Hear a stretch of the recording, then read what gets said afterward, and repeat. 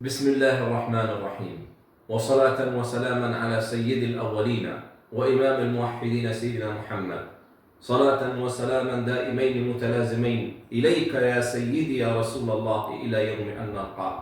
وبعد، أخ الإيمان والإسلام، سمعت حديثا لرسول الله صلى الله عليه وسلم، حديث يسلج الصدر، عن أبي كبشة الأنماري رضي الله عنه وأرضاه، أن الحبيب المصطفى صلى الله عليه وسلم قال: إني أحدثكم بحديث فاحفظوه، ثلاث أقسم عليهن.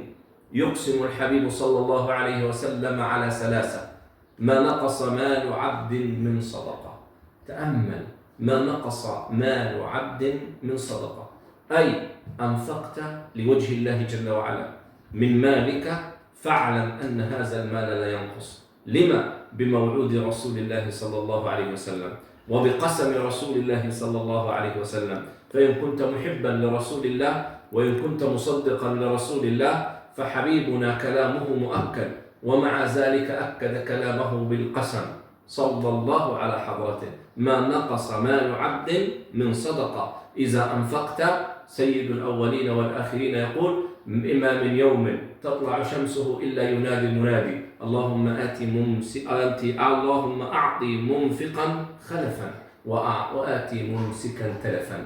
أي من أنفق، يا رسول الله يخبرك: من أنفق فإن الله يخلف عليه، ومن أمسك فإنه ممنوع من الله جل وعلا. ثلاث أقسم عليهن: الأولى ما نقص مال عبد من صدقة، الثانية وما ظلم عبد مظلمة وصبر. تأمل أخ الإيمان والإسلام، ما ظلم عبد مظلمة وصبر إلا زاده الله عزا، إلا زاده الله عزا. ثم الثالثة التي أقسم عليها الحبيب المصطفى صلى الله عليه وسلم: وما فتح عبد باب مسألة إلا فتح الله عليه باب فقر.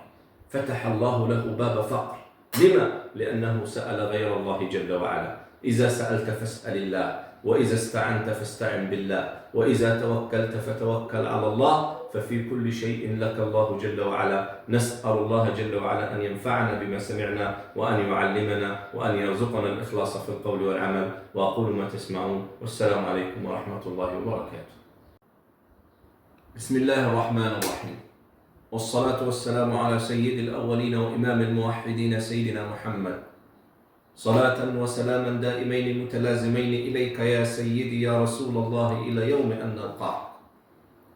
أخي الكريم، في هذه الأيام انتشرت التافهات، وأصبح الناس يتهافتون على كل شيء غير مفيد، ونسوا كلام رسول الله، ونسوا القرآن الكريم. في يوم من الأيام أسلم أحد الألمان في المركز الإسلامي الألماني، وأعد احتفال كبير يحضره العلماء، فوقف رجل ألماني حديث الإسلام وجلس بين العلماء وطلب أن تكون له كلمة، فتقدم للكلمة فقرأ سورة الفاتحة، وبعد أن انتهى منها سئل: يا أخي، كلنا يحفظ الفاتحة، وأنت طلبت أن تتكلم وقرأت سورة الفاتحة، لما ذلك؟ قال: سمعت حديثا لرسول الله صلى الله عليه وسلم يقول فيه: بلغوا عني ولو آية، وأنا أحفظ 7 آيات، فلم لا أبلغها؟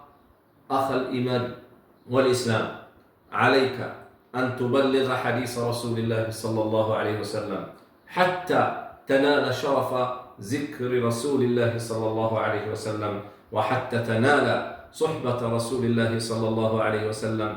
لم نصحب رسول الله في الدنيا، فلنصحب أنفاسه، فلنصحب كلمات رسول الله. نسأل الله جل وعلا أن يرزقنا الإخلاص في القول والعمل. وأقول ما تسمعون، والسلام عليكم ورحمة الله وبركاته.